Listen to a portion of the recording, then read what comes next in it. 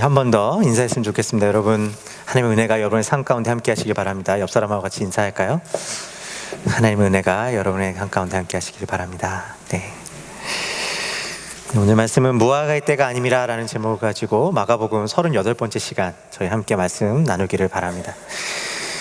오늘 말씀 저희와 함께 읽었습니다. 어떠십니까? 참 어려워 보이는 말씀이라고 생각이 합니다. 예루살렘에 들어가셨던 예수님께서 예루살렘을 둘러보시고는 베단이라는 마을로 제자들과 함께 유하십니다. 이튿날 예수님은 제자들과 함께 다시 예루살렘으로 들어가려고 하시는데 시장하셨다라고 하는 것이죠. 마침 멀리서 잎이 가득한 무화과 나무를 보시고는 무언가 먹을 것을 얻을 수 있을까 해서 예수님은 제자들과 함께 가까이 가시게 됩니다. 그런데 가까이 가서 보니 무성한 잎 외에는 아무것도 발견할 수 없게 되자 예수님께서는 그 나무를 저주하셔서 뿌리채 마르게 하셨다라는 것입니다. 그냥 보면 예수님께서 너무 심하신 것은 아닐까? 어떻게 그저 그 열매가 없다고 해서 그냥 뿌리째 말라버리게 하시는 것이지 너무 즉흥적인 것은 아닐까? 기분 따라 예수님께서 능력을 낭비하고 계신 것은 아닐까 하는 의문이 들게 하는 말씀입니다. 근데 문제는 심지어 13절에 이때가 무화과의 때가 아니다라고 말하고 있다는 것입니다.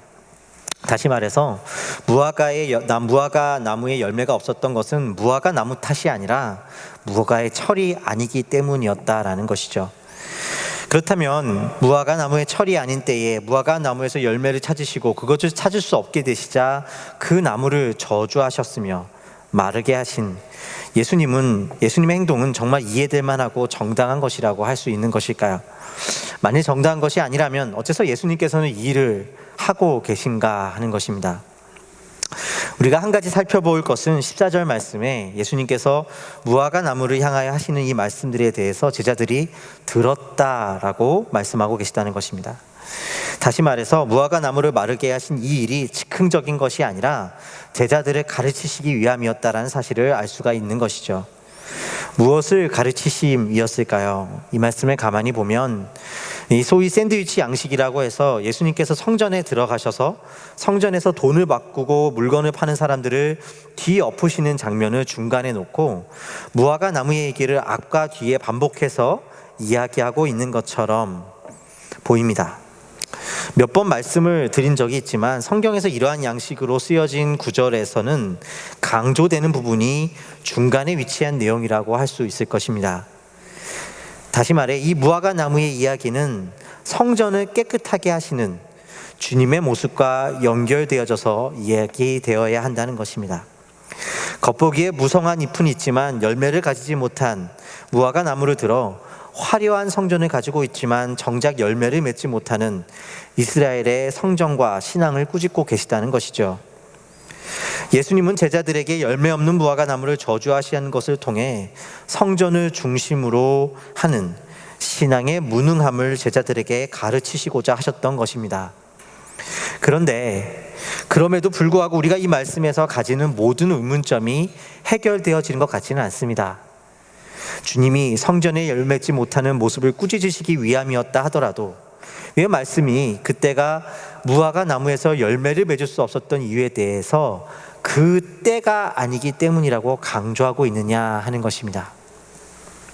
버트 러셀이라고 하는 철학자가 있습니다. 그는 나는 왜 그리스도인이 아닌가라는 책에서 이 열매 맺을 철이 아님에도 불구하고 열매가 없자 무화과 나무를 저주해 버리신 이 예수님을 이해할 수 없기 때문에 자신은 그리스도인이 될 수 없노라고 말하고 있는 것을 봅니다. 여기서 그가 이야기하고 있는 것은 단지 이 말씀이 이해하기 어렵다라는 뜻만은 아닐 것입니다. 그는 요구할 수 없는 것을 요구하고 계시는 하나님을 받아들일 수 없기 때문에 그리스도인이 될 수 없다라고 말하고 있는 것입니다. 비록 그의 그러한 결론에 동의될 수는 없지만 저는 사실 이것이 매우 정직한 표현이라고 생각합니다.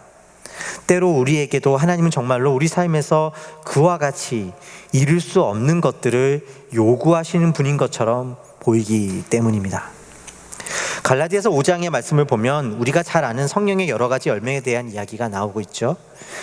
5장 22절에서 23절의 말씀을 그냥 제가 읽겠습니다. 오직 성령의 열매는 사랑과 희락과 화평과 오래 참음과 자비와 양선과 충성과 온유와 절제니 이 같은 것을 금지할 법이 없느니라. 우리가 성령 가운데 거하게 되면, 성령이 우리 가운데 거하게 되면 사랑과 희락과 화평과 오래 참음과 자비와 양선과 충성과 같은 놀라운 열매가 맺히게 된다는 것입니다. 참 좋은 이야기임에도 불구하고, 그래서 그러한 열매를 사모함에도 불구하고 여전히 우리 삶의 현실은 바울이 이야기한 그러한 현실과는 동떨어져 있는 것처럼 보입니다. 그런 의미에서 이 말씀을 이해하는 것은, 말씀이 이야기는 하나님이 정말 우리 가운데 어떻게 살아계시는가를 이해하는데 매우 중요한 질문이 되는 것이기도 하는 것이죠. 분명히 예수님은 무화과 나무에 열매가 없다라는 것을 통해 열매 없는 삶에 대해 지적하고 계신 것만은 분명할 것입니다. 문제는 예수님께서 이야기하시는 그 열매는 무엇을 말하고 있는 것일까 하는 것입니다. 또 그 열매 없음이 어디에부터 오는 것인가, 무엇 때문에 열매를 맺을 수 있는 것인가 하는 것이지요. 먼저 예수님께서 말씀하시는 열매 없음은 무엇을 말하는 것일까요? 이스라엘에서 무화과 나무는 사실 한 차례가 아니라 연중 5차례 무화과 열매를 맺습니다.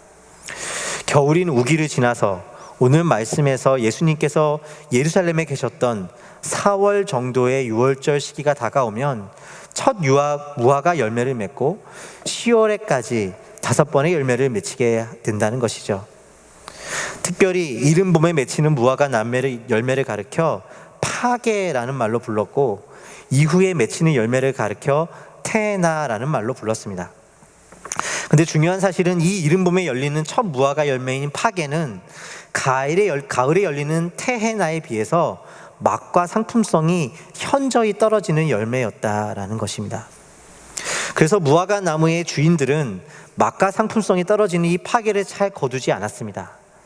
대신 이 첫 열매는 기나긴 겨울을 지난 가난한 이들에게 그것이 혹 맛이 조금 떨어지고 상품성이 떨어질지라도 매우 반가운 것이고 소중한 열매로 여겨졌다라는 것입니다.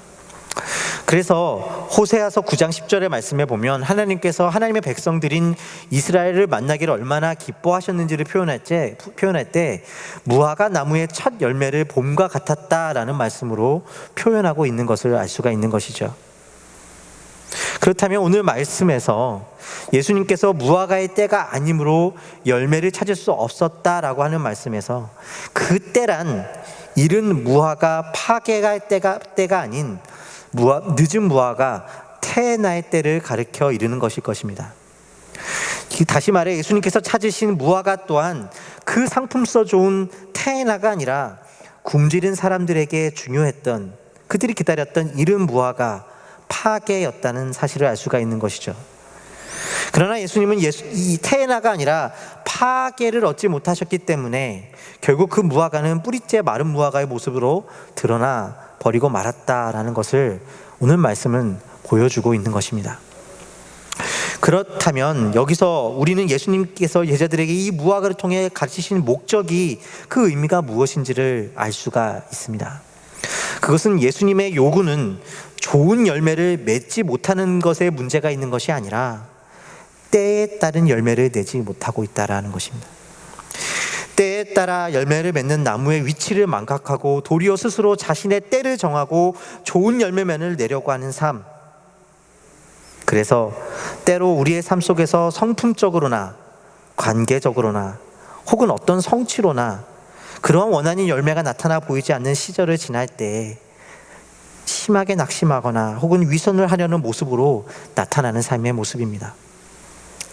그러나 기억해야 하는 것은 우리 눈에 보이는 열매가 없는 것이 실패가 아니라 하나님의 요구도 아니라는 것입니다. 계절을 바꾸시는 분은 하나님이십니다.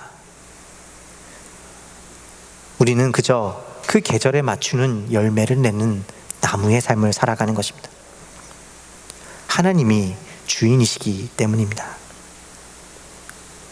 우리가 이것을 잊으면 때로 선한 열매를 맺으려는 목적이 있을지라도 하나님만이 우리에게 주시는 그 은혜는 보이지 않게 됩니다. 오직 그 열매를 내기 위해서 그것을 내는 나를 쫓다가 그러한 열매를 낼 수 있는 나 자신의 모습을 쫓다가 그 계절에 내게 주어진 사명, 그 계절에 내게 붙여진 영혼들을 잊게 되는 것입니다. 은혜가 사라지는 것이죠. 이것은 앞서 말씀드린 것 같이 바로 성전과 관련되어진 이야기이기도 합니다. 성전은 잎이 무성한 곳이었습니다. 그러나 죄를 용서하시고 그 백성들을 품으시는 하나님의 은혜를 드러내는 것에는 실패한 모습으로 여기에 드러납니다. 예수님은 성전에 올라가셔서 물건 파는 자들과 돈 바꾸는 자들을 내어 쫓으십니다. 이것은 교회 안에서는 장사를 해서는 안 되고 돈도 바꿔서는 안 된다라는 의미를 말하고 있는 것이 아닙니다. 여기서 중요하게 나타나는 한 단어가 있는데 그것은 예수님께서 성전 안에서 그들이 다님을 허락하지 않으셨다라는 표현입니다. 여기서 이 다니다의 표현은 창세기에서 동산의 주인으로서 동산을 거니셨던 하나님의 모습을 보여줍니다.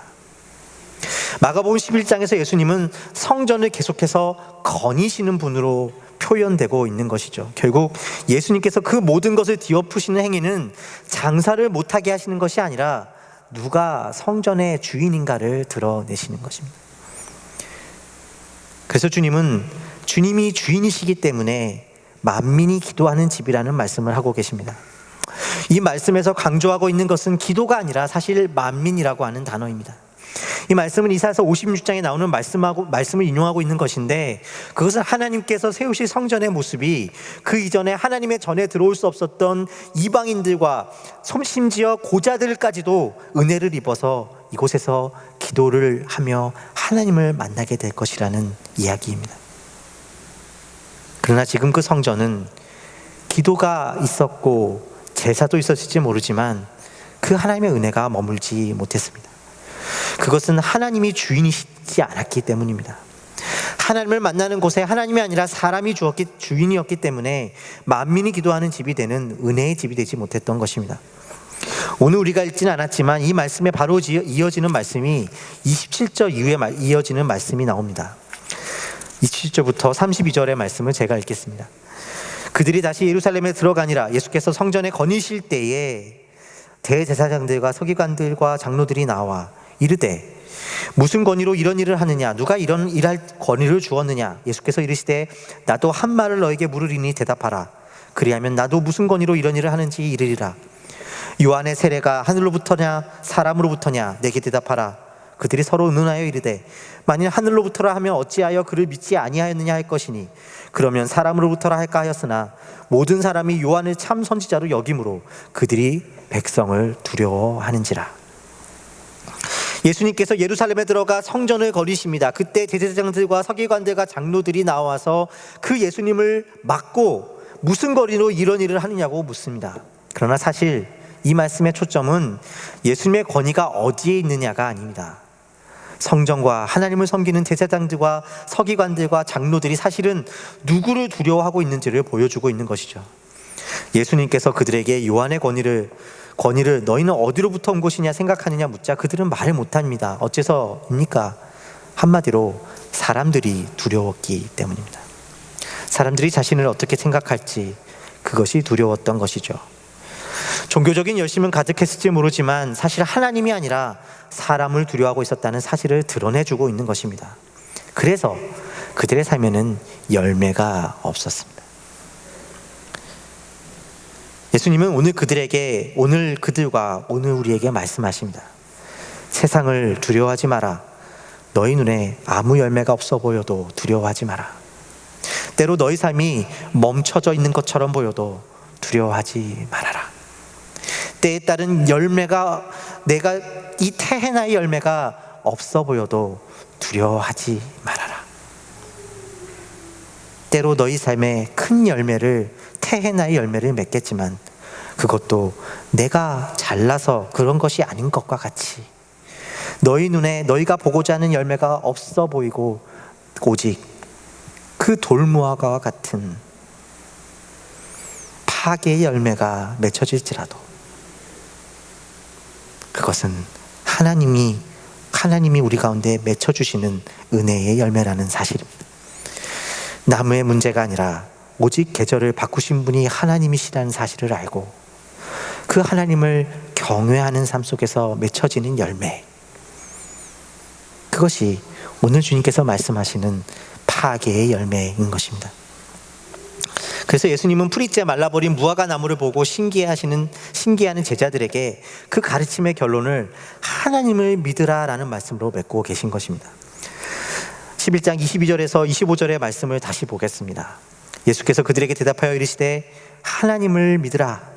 내가 진실로 너에게 이르노니 누구든지 이 산더러 돌리어 바다에 던지라 하면 그 말하는 것이 이루어질 줄 믿고 마음에 의심하지 아니하면 그대로 되리라. 그러므로 내가 너에게 말하노니 무엇인지 기도하고 구하는 것은 받은 줄로 믿으라. 그리하면 너희에게 그대로 되리라. 서서 기도할 때에 아무에게나 혐의가 있거든 용서하라. 그리하여야 하늘에 계신 너희 아버지께서도 너희 허물을 사하여 주시리라 하시니라. 여기서 예수님께서 제자들에게 믿음으로 기도한다는 것은 무엇입니까? 하나님께 기도만 하면 다 들어주신다는 이야기입니까? 이 말씀의 핵심에는 믿음이 있습니다. 너희가 무엇이든지 구하면 이미 받은 줄로 믿으라. 우리 삶이 하나님의 뜻 가운데 있음을 믿으라. 인생의 계절을 지날 때에 그 기도를 이루신 분이 하나님이심을 믿으라. 그것을 배우라라는 것입니다. 예수님은 여기서 용서를 또한 말씀하십니다. 용서는 무엇입니까? 용서란 결국 하나님 앞에 마침내 꺾기 어려운 나의 주장, 내 삶에 반드시 내가 원하는 때에 반드시 테라의 열매가 맺혀져야 한다는 나의 뜻. 내 인생은 그래야 돼. 그것을 고집하는 것을 인생의 주시 되신 하나님 앞에 내어놓아지게 되는 것이 바로 용서입니다. 그래서 용서는 믿음인 것입니다. 물론 이것 또한 과정입니다. 주님이 인생에 요구하시는 것, 그것이 큰 열매를 나타내는 것이 아니라 매일의 현실을 다스리시는 주님과 동행하며 시절을 쫓아 하나님이 맺게 하시는 그 과실을 맺게 되는 것입니다. 저는 목회를 많이 하지 않았지만 선배 목사님들로부터 그러한 이야기를 많이 듣습니다. 목회의 미스테리 중에 하나는 정말 저 목회자가 있는 교회는 정말로 부흥하고 말 거야 하는 교회가 부흥하지 않을 때가 많다는 것입니다. 반대로 정말로 저 목회자가 있는 교회는 부흥이 반드시 되고 말 거야 그렇게 되는 교회가 그 목회자가 있는 교회에서 뜻하지 않는, 정말 저 목회자가 있는 교회는 부흥이 될 수 없을 거야, 저 사람 때문에 교회는 될 수가 없어라고 하는 교회가 뜻하지 않게 부흥을 하게 된다는 것입니다.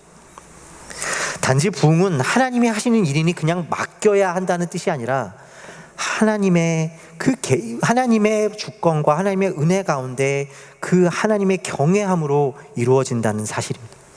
사람보다 크신 하나님의 하나님 되심, 그 신비가 그 머무는 장소가 교회이고 하나님의 백성들의 인생의 자리라는 것입니다. 그것이 우리의 일이 아니기 때문에 그저 아무것도 안 하는 것이 아니라 도리어 그렇기 때문에 그 하나님의 크심 때문에 하나님을 경외함으로 우리는 오늘 울며 감사함으로 씨를 뿌릴 수 있다라는 것입니다. 그래서 때로 우리가 원하는 과실이 없을 때라도, 때로 그 과실이 넘쳐날 때에도 신실하게 살아갈 수 있는 것이죠. 여기에 예수님께 찾으셨던 파괴의 열매가 있습니다. 하나님은 하나님의 때에 그에 맞는 과실을 맺게 하실 것입니다. 그러나 하나님은 우리의 삶을 향한 기대는 큰 과실을 맺는 것이 아니라 인생의 계절은 하나님이 바꾸시는 분임을 알며 주님을 경외하고 믿는 데 있습니다. 거기서 맺어지는 열매는 무엇입니까? 먼저는 신실함일 것입니다. 그러나 나아가서 그 신실함으로 말미암아 우리 삶에 맺혀지는 진정한 열매는 우리가 생각지도 않은 이들이 우리의 삶의 열매를 통해서 배부름을 당하게 된다는 것입니다. 우리는 테헤라의 열매를 맺을 때에만 누군가에게 도움이 될 수 있고 그것으로 말미암아 하나님의 일을 할 수 있다라고 믿습니다. 그래서 테헤라의 열매를 바라보며 그것을 맺기 위한 인생을 살아가고 있는지도 모릅니다. 그러나 하나님을 믿는 인생이란, 우리에게 하나님의 주권 가운데 있는 인생을 믿고 있는 그 인생이란 도리어 하나님께 주시는 그 계절을 믿고 있기 때문에 우리 옆에 있는 사람에게 비록 우리가 보기에는 돌무화과 같은 인생 같은 열매일지라도 나눌 수 있는 인생으로 살아가게 됩니다. 우리가 보기에는 그저 떫은 무화과 나물 같아 보이지만 누군가에는 그것이 그 긴 겨울을 지나 오직 얻을 수 있는 귀한 열매가 될 수 있기 때문입니다. 그래서 갈라디아에서 바울은 그러한 성품들이 조건이 아니라 십자가 가운데 그리스도 안에서 하나님을 알게 되었을 때 스스로 우리도 모르게 맺히게 되는 열매라고 이야기하고 있는 것입니다. 그러니 염려하지 마십시오. 주님을 믿으십시오. 큰 열매가 없다고 걱정하지 마십시오. 우리 삶에 하나님께서 이야기하는 그러한 열매가 나타나지 않는다고 고민하지 마십시오. 하나님을 바라보십시오. 세상을 두려워하지 마십시오. 큰 열매를 맺으려 하기보다 하나님을 맺으십시오. 그때 우리는 우리가 알지 못하는 사이에 우리 주위의 가난한 자들을 먹일 수 있는 열매들을 내는 자리에 와 있게 될 것입니다. 우리 안에 때로 인생의 빛나는 수확의 계절이 주어져 풍성한 열매를 맺어질 때, 모든 이가 칭찬할 때, 그때도 기억하십시오. 하나님의 뜻이 그 자리에 우리를 놓으신 것이지 그것이 성공은 아니라는 것입니다. 또 우리 안에 때로 겨울의 시절을 지날 때에, 그래서 열매 하나 있지 않은 것처럼 보일 때에 그때도 기억하십시오. 그것이 주님 안에서 우리에게 맺히고자 하는 기대와 열매는 아니라는 것입니다. 이것을 보고 믿는 자는 눈에 보이지 않는 현실 속에서도 오늘도 신실함의 열매를 맺으며 주님과 함께 걸어갑니다. 우리는 이 믿음 안에서 위선을 넘고 우리가 가지고 있는 것보다 더 큰 것을 내어보이고자 하는 그 위선을 넘고 이 은혜 안에서 회의를 넘어갑니다. 그리고 오늘도 감사함으로 신실함으로 살아갑니다. 사랑하는 성도 여러분, 지금도 이 시절을 따라 살아가는 여러분의 삶을 축복합니다. 보스턴 땅에서 살아가면서 내 인생에는 언제 봄이 오나, 언제 열매가 맺히나 고민하시는, 해결되지 않는 마음속에서 분명히 주님은 여러분의 기도를 들어주시고 그분의 때에 그분의 일을 이루실 것임을 기억하시기 바랍니다. 그러나 아직 오지 않는 계절 가운데 있을 때라도 그것을 좇지는 마십시오. 주님이 우리에게 주신 큰 선물은 그 계절에 있지 않습니다. 주님의 큰 선물은 우리가 주님의 과수원 안에 들어있는 나무가 되었다라는 것입니다. 그것을 기뻐하십시오. 그 안에서 오늘을 살아가십시오. 주님이 주인이십니다. 우리의 삶의 모습일지라도 거기에 우리의 삶의 본질이 담겨져 있지 않음을 기억하십시오. 비록 앙상해 보이는 것일지라도 우리는 주님의 과수원 안에 들어있는 나무입니다. 그렇게 함으로써 세상이 알 수 없는 신실함의 열매를 맺어가는, 그렇게 오늘을 살아가며 오늘 우리에게 맡겨진 영혼들을 사랑하는 저와 여러분이 되시기를 주님의 이름으로 축원드립니다. 함께 기도하시겠습니다.